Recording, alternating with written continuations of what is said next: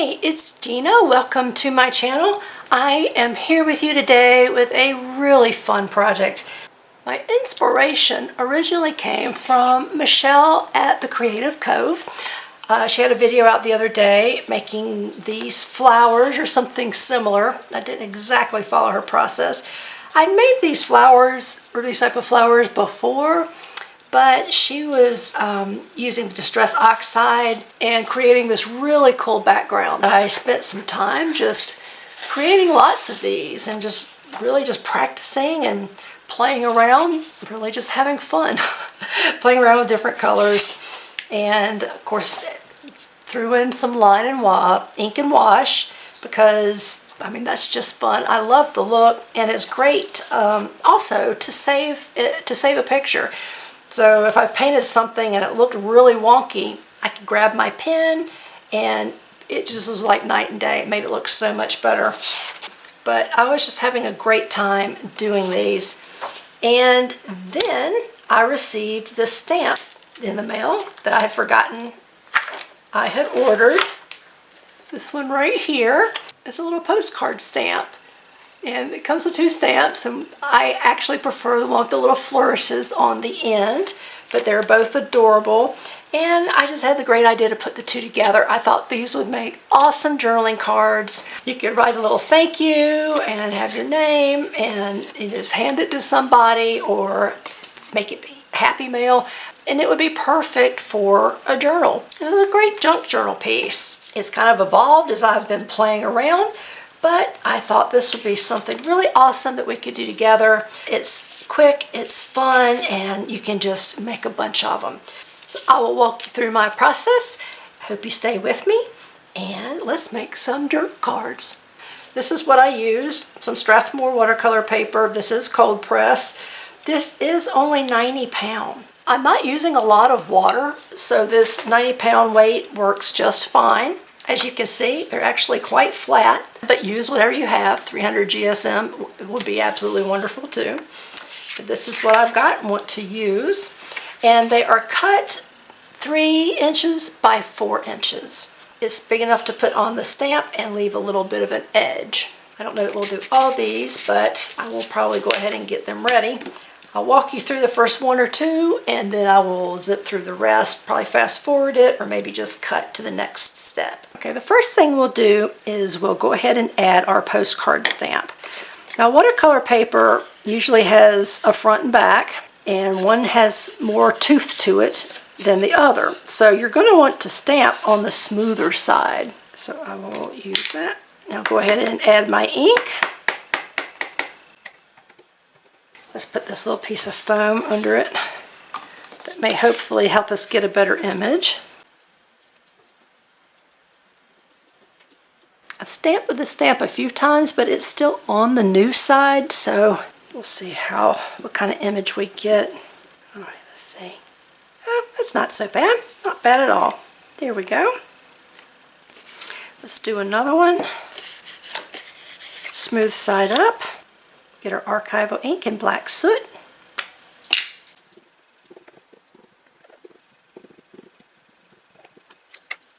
Okay. We'll center it as best we can. It's a little hard because I can't be right over top of it because my head will be in the way of the camera. So hopefully I'll get that in the center. Give it a good smush. And there we go. That one came out better. It's still a little bit light over here. Hopefully the more I use the stamp, the better the image will be. So far, so good. I'll go ahead and stamp a few more, and then we'll move on to the next stage.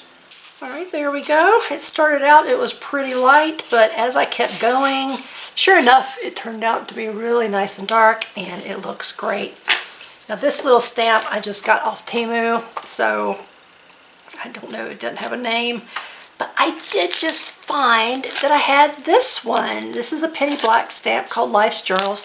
And it's got a little library borrower card. And oh, that would fit perfect too. It's the same size. That is so cute.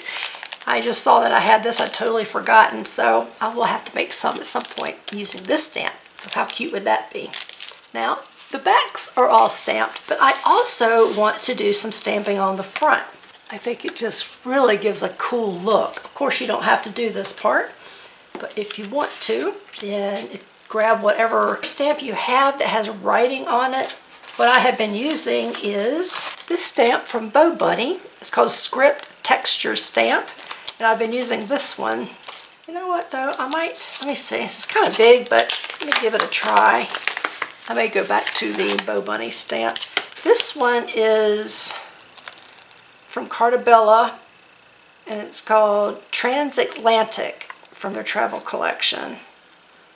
A2 Travel Journal. I am going to add a paper towel underneath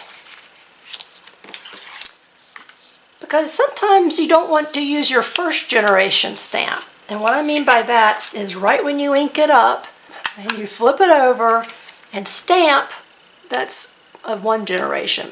You ink it and you stamp it. Second generation is when you ink it, you stamp it on something else to get the heaviest part of the ink off, and then you stamp it. That gives a much paler look to your stamped impression. This one is first generation. You see how dark it is? And this one is a second generation. So it kind of depends on how wet, how inky your ink is. If it's kind of running dry, you might not, you might could just do a first generation. But if it's super inky, then you may want to stamp it onto something else first and then stamp it onto your card to do a second generation stamp. I've been using this archival ink vintage photo. Now, this isn't the oxide, this is the ink. And since I'm going to be using watercolor, I thought it was a good idea to use an ink that's not going to smudge, where Distress Oxide will activate with water and change the way my image turns out.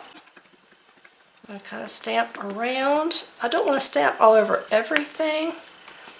Kind of want to leave some space open for my flower so that it's not too obstructed. But let's see. Can't really see where I put my ink. It's over here. Okay. Did I get it? Oh, and that was just a first generation stamp too. Look, it's barely there. I haven't used this in a while. I've not used the stamp in a while, so I don't know. But I have used it many, many times over the years, so. Let's see. Wouldn't mind the stamp showing up a little bit more. Okay, well, that's not bad. It's a little smudgy, but it's just a background anyway. I think I'm going to switch back to my Bo Bunny. I don't know, I feel like I have a little more control. Now, you could put this on a block, but I've just been using it like this. It tends to take the ink a little bit better. I might do a second generation. Tap it lightly.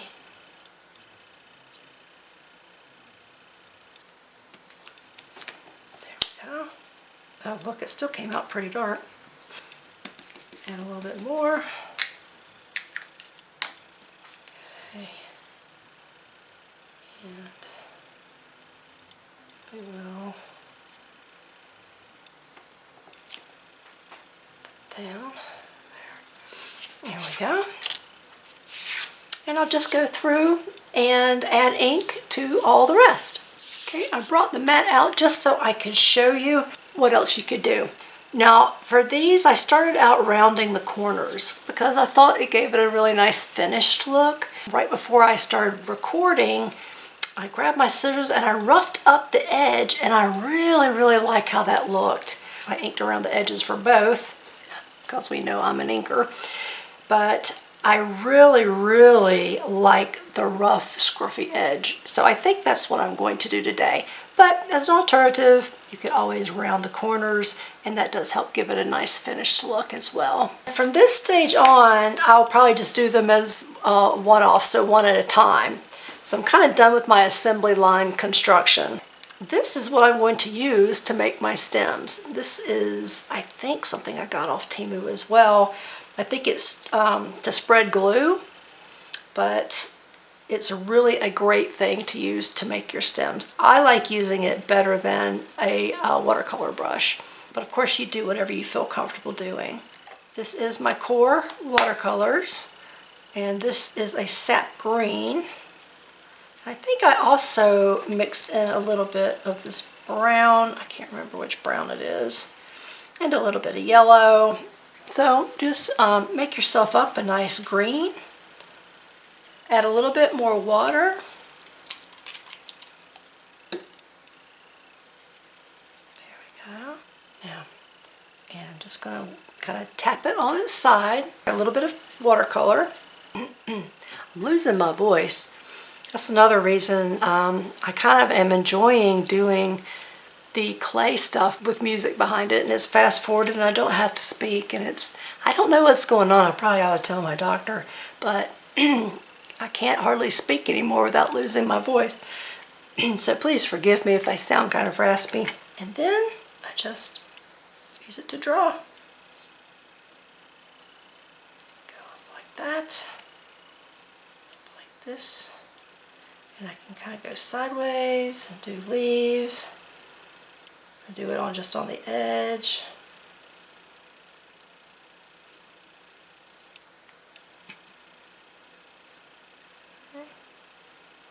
Kind of do want to have it, see it got kind of big.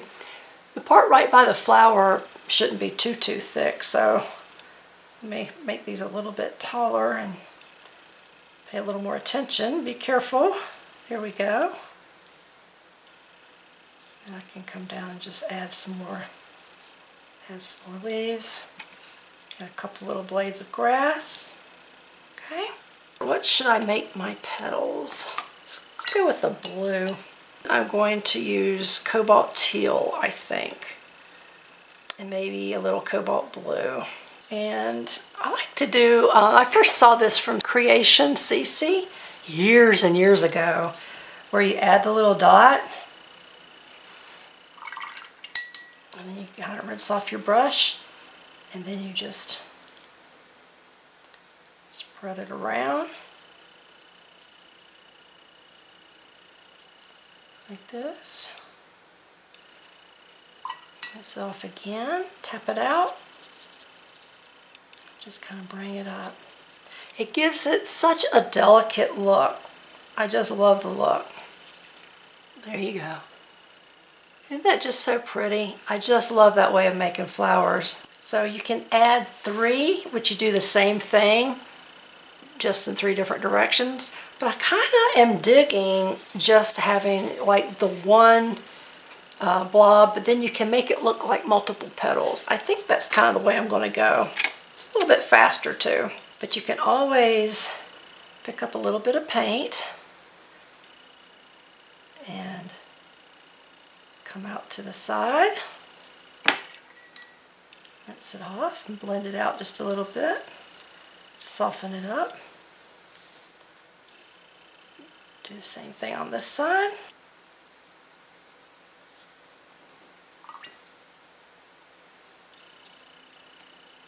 Blend it out. There you go. Hopefully you can see that is very soft and delicate, and it just kind of fades into the background, which is just, I think it's so pretty. So I'll do a few more. Now you have to pay attention to which way your stem is pointing. So since your stem's pointing this way, your flower generally needs to kind of follow suit. Now I'm sorry, I work best if I pull it toward me. So I always flip it upside down, which sometimes throws me off. Sometimes my petal looks a bit askew compared to the stem. So it's just something I have to kind of be aware of, and I flip it around every now and then to make sure I'm on the right track, or if I need to compensate for the angle somewhere. Okay. Didn't so much do a dot that time, but you just kind of play around with it and you do what feels right. Okay. Spread it around. Okay, that doesn't look bad. It's pretty much facing the right direction. Might go a little bit more on this side. You can add the other little side petals.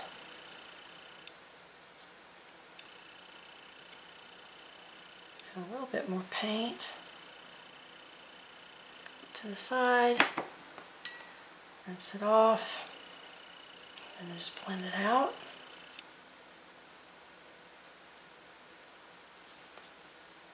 Okay. Do it again on this side.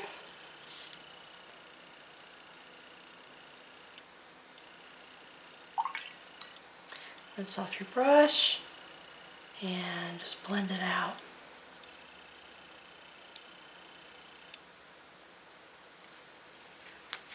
Okay, there we go. Kind of looks like it stops flat, and I don't want it to do that, so I'm going to kind of pull it out just a little bit more in the center, just to give some color. I like the way this one blended. This one, it has such a hard line. What I'm going to try to do now is I'll let it dry a little bit because you can see it's really, really damp. So I'm going to let it dry, and then I will come back over and maybe try to add a petal in the front. I'll keep on going for now so we can let that one dry off a little bit. I'll do the dot. Do a circle. Rinse off your brush. And maybe this one is facing this way just a little bit. And we'll have it going off like this. There's a lot of stamping right there, so it's going to obscure this one just a little bit. Maybe I'll add another petal right there. Like that. What you can do too while it's wet is come down and hit this point again and just kind of emphasize that base, make it a little bit darker. Yeah, see, it's still wet, it's still kind of bloomed out right there, so let me go in. I'm going to add my paint a little bit. Okay. So here I'm going to try to add a petal in the front and go ahead and make it darker. So I'll come up to the sides and then just kind of raise it up in the front like that. There we go. So that's another way of giving it a little bit deeper perspective too. So now you look like you have a darker petal in the front, and then it's really lighter in the back. I might even just emphasize the back just a little bit more. You gotta be careful. It's one of those things you keep messing with it, and all of a sudden it's just a hot mess, and you just can't fix it. But that's when you bring out your ink pen, right? See if you can't save your image. All right. Well, that's our first one. I'm going to put it over to the side to let it dry. And we will grab another. Let's go into our green. Okay. And go there. Up. And a little bit of grass, maybe. Okay. And this is Pyrrole Orange, I believe. Transparent Pyrrole Orange. Yep. So I've been using the dot. You can also just kind of make a line. The point is that you're depositing most of your color down at the base, right by the stem. Then you can rinse off your brush, tap it out, because you don't want too much water. And then you just kind of wiggle your brush around and try to make sure you're keeping it in the shape of a flower. You just wiggle it around until it starts to run out of color. And you can always rinse it off, tap it out again, and then fade out the edge.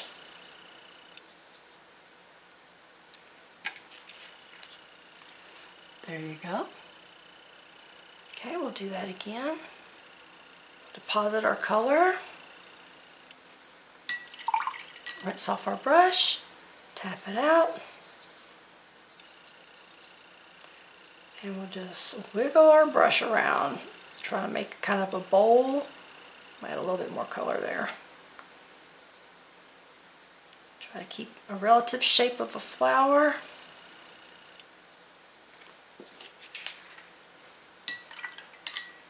I'm going to rinse out my brush again. And just going to kind of fade it out. There we go. They're kind of looking tall and thin, aren't they? So I think I might try to pull this out just a little bit. There we go. Okay, so I think what we'll do, we'll add another one, but we'll make it like a little bud. We'll just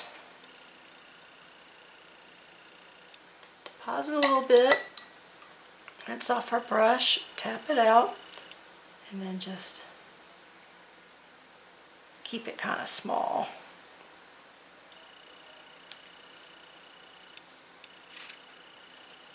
There we go.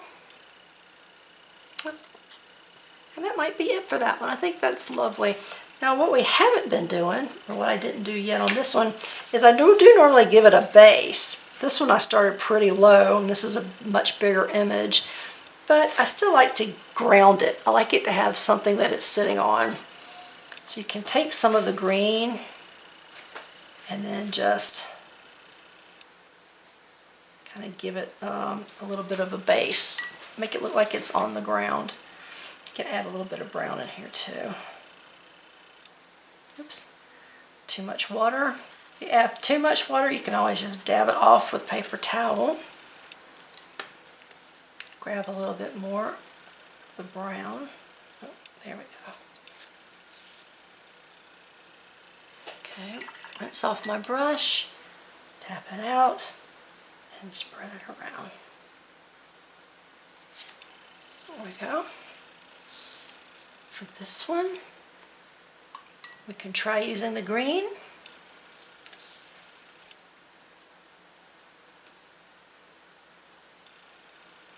Okay, rinse off my brush, tap out the water, and then just spread it.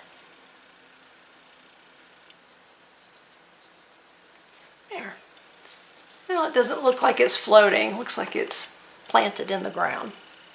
Here we go. So I've shown you a couple. I'm going to go ahead and do a few more. I'm not going to try to talk through it. I'm going to be doing the same process that I've just shown you. I may fast forward this part, depends on how long it takes, but I will let you see what I'm doing though. And I will catch up with you when I'm done and we'll do the next step.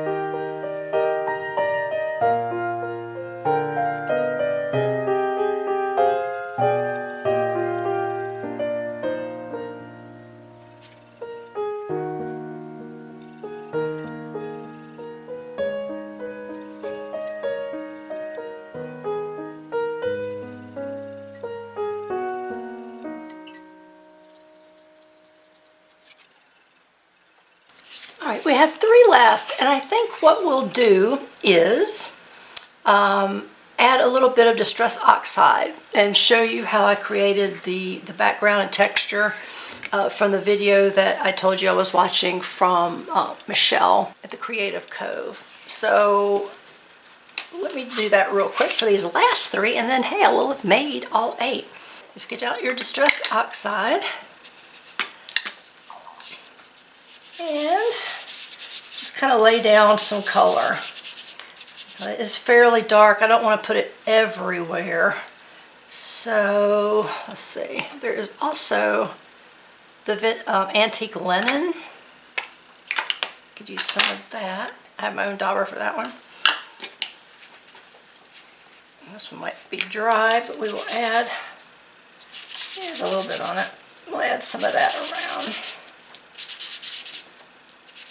into the background. Let's go ahead and do all 3.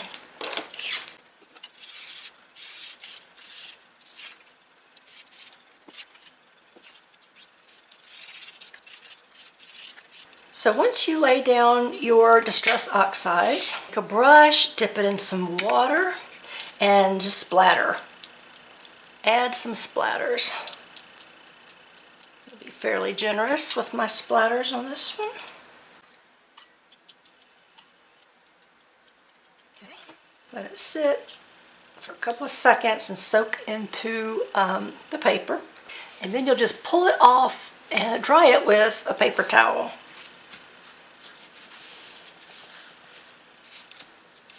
And what you get is this really cool texture. It lifts away the Distress Oxide and leaves little white spots. Isn't that cool? It just gives it's just so interesting. I just love how that looks. If it's not enough, you can always go back in and add a little bit more. There. And now you have this really cool background. And then I just went in and did the same thing that I've been doing and just add my flowers. Now this is the next day or the next evening. It got really late last night, so I had to call it a night. So I have to re-wet my little well here so I can make my stems. Get my little glue spreader.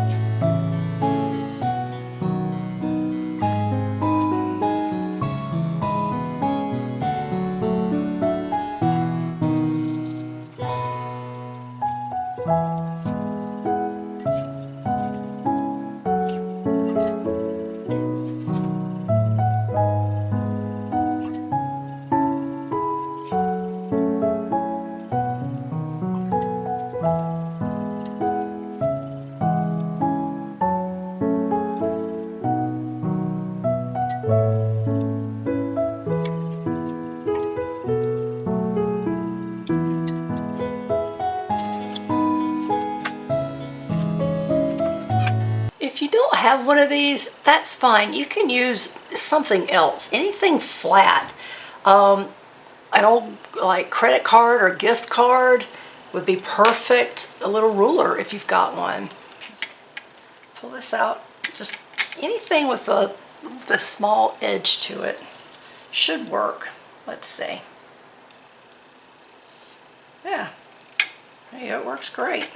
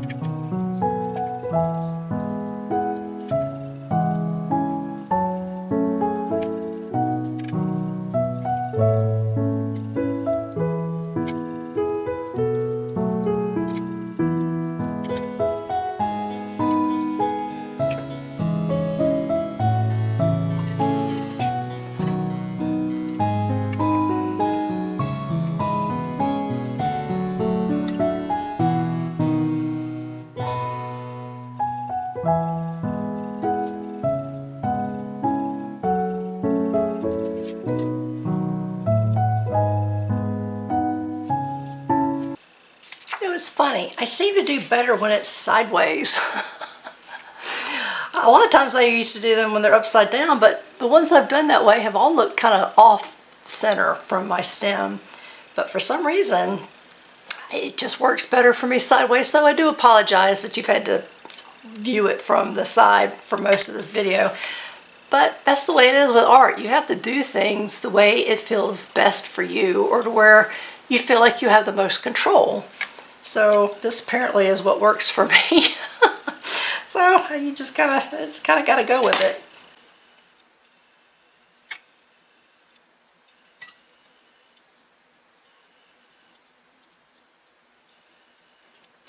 I was thinking of maybe trying to do a multi-toned, using two different colors in the flower. I did some like that and I thought they turned out pretty cool. I would give it another try.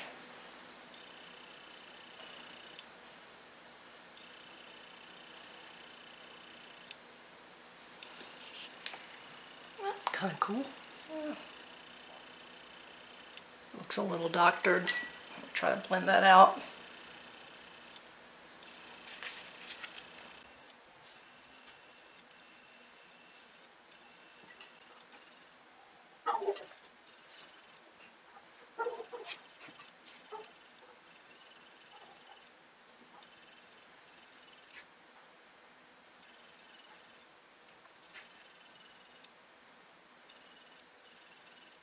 Okay, it's amazing how quickly this is drying. It's quite warm.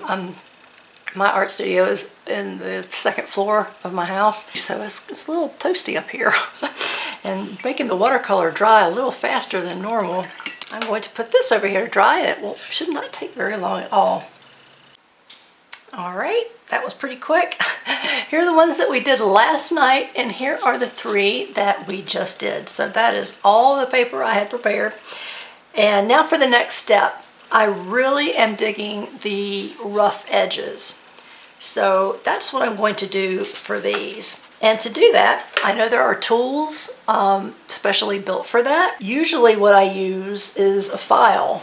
And I have used both of these before. I think I just got them at the dollar store. but I never use them on my hands or on my feet, so they were clean. They've only ever been used for paper.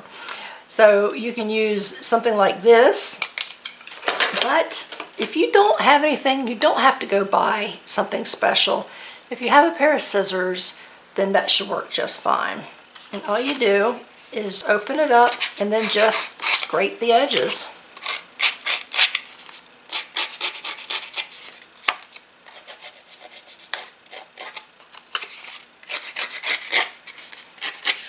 And what that does is just rough up the edge, and you might put a little tear here or there. As long as you're not ripping it like halfway through the picture, you're fine.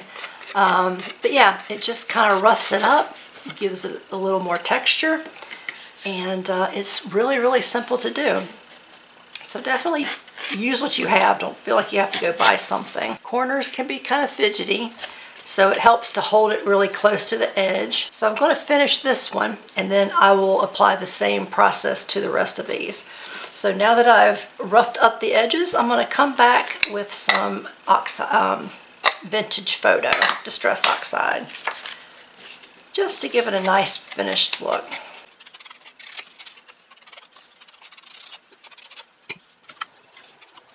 And you can always add a little bit more to the edges, kind of give it a vignette look. A lot of times that's kind of nice. Kind of put a little bit more of an accent with your ink. There you go. So I'm going to go through and do that same process to the rest of these. All right, all done. I think some of these are just gorgeous. As usual, some turn out better than others. And I, of course, will be interested to find out which is your favorite. I think that one looks really delicate. Very nice. And they have our little postcard stamp on the back. Something about the orange ones I do really like. Actually a pretty color of blue. Overall, the compositions aren't so bad. If you stick with odd number of flowers, then that really is helpful. But yeah, composition is a struggle for me. Let's get into these. These are the ones that had that distress oxide, and we added a little bit of water to give some more extra texture. That came out pretty cute. Go. And these are really, really fun to make. So if you have a really cute stamp, even if you don't have any kind of special stamp, you can leave them plain on the back. You could add some paper.